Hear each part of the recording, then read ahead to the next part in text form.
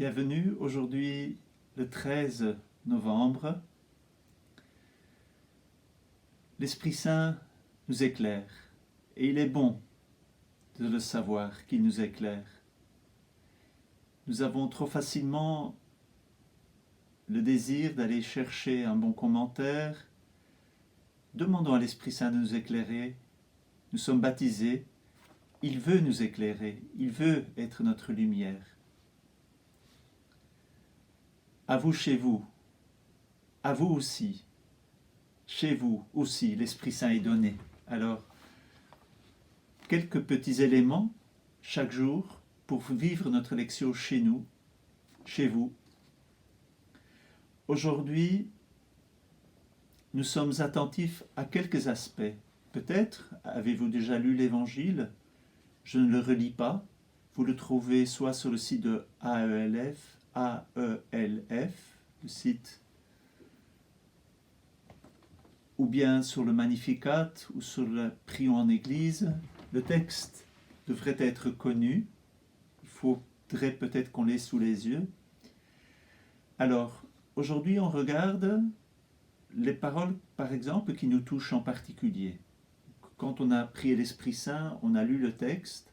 Regardons les choses qui nous touchent en particulier ou les accents que Jésus met. Ici, il s'agit de deux épisodes de l'Ancien Testament. Tous deux du livre de la Genèse. Il s'agit de l'histoire de Noé, il s'agit de l'histoire de Lot. Pourquoi ces deux textes? Pourquoi, dans l'accent de l'urgence, Jésus ne parle pas d'une avalanche ou d'un tsunami? Deuxième question. Il s'agit des jours du Fils de l'homme, ou le jour où le Fils de l'homme se révélera. Pourquoi Jésus nous parle-t-il du Fils de l'homme? Pourquoi ne nous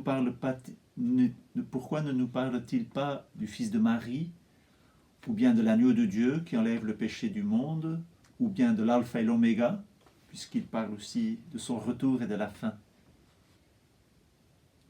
Troisième question. Où, Seigneur? Demandent les disciples. Et le Seigneur répond, là où sera le corps, là aussi rassembleront les vautours. Réponse un peu énigmatique. Qu'est-ce que cela vient faire dans ce contexte? Quatrième question. Quel est le message que le Seigneur nous donne aujourd'hui? Est-ce qu'il veut susciter la peur? Quelques éléments de réponse. Ce sont deux textes du livre de la Genèse, de l'Ancien Testament. Est-ce que ce sont les seuls? Peut-être pas. Mais ce sont deux textes qui éclairent très clairement le propos de Jésus. Il faut veiller, il faut être toujours prêt. La situation de Noé et de Lot, c'est extrêmement clair. Et puis on est dans un contexte religieux. Certains connaissent les Écritures, les prophètes. Et donc Jésus se réfère à l'Écriture, à la Sainte Écriture. Donc nous retenons, Jésus nous donne cela pour nous dire, rappelez-vous, dans votre histoire, il y a eu l'urgence, il faut se préparer, il faut veiller. La deuxième question, pourquoi Jésus nous parle-t-il du Fils de l'homme? Pourquoi ne parle-t-il pas de l'agneau de Dieu ou de le Fils de Marie ou autre? Eh bien, là encore, il y a un texte de l'Ancien Testament qui éclaire. C'est le livre de Daniel. C'est une parole bien connue à l'auditoire de Jésus. Je cite le livre de Daniel. Je regardais au cours des visions de la nuit et je voyais venir avec les nuées du ciel comme un fils d'homme. Il parvint jusqu'au vieillard et on le fit avancer devant lui.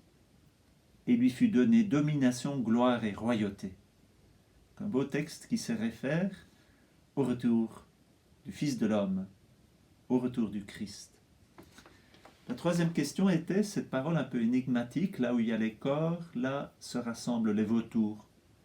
Intéressante question, parce que d'autres traductions traduisent là où il y a les corps se rassemblent les aigles.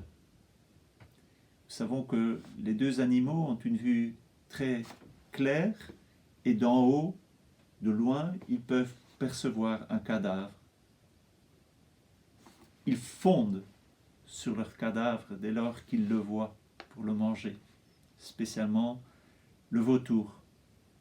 Donc, peut-être que Jésus se réfère ici à l'immédiateté, à la rapidité. Il faut être prêt, comme le vautour est prêt pour se jeter, fondre sur ce cadavre. Mais peut-être qu'il y a aussi un autre élément. Il faut discerner, il faut voir, discerner les signes du royaume de Dieu. Jésus disait hier, le royaume des cieux est au milieu de vous. Est-ce que comme l'aigle et le vautour, nous discernons bien? Eux, ils discernent un corps. Est-ce que nous discernons les signes du royaume? Est-ce que nous cherchons, est-ce que nous fondons sur les paroles de Dieu, sur l'Eucharistie, sur le mystère de la charité fraternelle pour vivre ce mystère du royaume? Point d'interrogation. Est-ce que Jésus, quatrième question, suscite la peur? Peut-être, mais s'il suscite la peur, ce n'est pas pour susciter la peur. Ça nous évoque peut-être quelque chose de ce que nous vivons aujourd'hui, la peur, mais sans finalité, ou celle de dominer. Ici, c'est Jésus veut nous rendre attentifs, vigilants. Donc s'il suscite une peur, c'est avec un but bien précis. Et alors Jésus dira, qui cherchera à conserver sa vie la perdra, et qui la perdra la sauvera. Un message très clair. Qui cherchera à conserver sa vie la perdra, et qui la perdra la sauvegardera. N'oublions pas, Jésus est en train de monter vers Jérusalem. Un détail, deux personnes se trouvent dans un lit, l'une est prise, l'autre ne l'est pas. Cela nous rappelle le livre de la Genèse, où l'homme quittera sa femme, l'homme quittera ses parents et se liera à sa femme, et tous deux seront une chair. Comment peut-il y avoir une séparation là où il y a une chair? Question légitime, mais peut-être parce que l'un vit du mystère du royaume et l'autre non, et que finalement, cette unité n'est pas parfaite. Cette unité qui pourrait exister entre l'homme et la femme. Nous en restons là pour aujourd'hui. Il y a sûrement beaucoup d'autres questions, beaucoup d'autres demandes. Demandons à l'Esprit Saint de nous éclairer et éventuellement, nous pouvons aussi choisir un texte qui nous éclaire. Marie-Noël Tabu donne de bons commentaires sur l'Évangile. Les pères de l'Église donnent de bons commentaires sur l'Évangile. Eh bien, allons-y, cherchons de l'aide, mais surtout, apprenons à écouter parce que l'Esprit Saint est une source en nous qui veut nous rendre attentifs aux questions, mais déjà aussi aux réponses. N'hésitons jamais et n'ayons pas peur que si nous voyons une question, d'en rester à la question. Peut-être que nous n'avons pas la solution tout de suite, mais nous savons que l'Esprit Saint va nous éclairer, surtout si on posera les questions à ceux et à celles ou aux textes qui pourraient nous éclairer.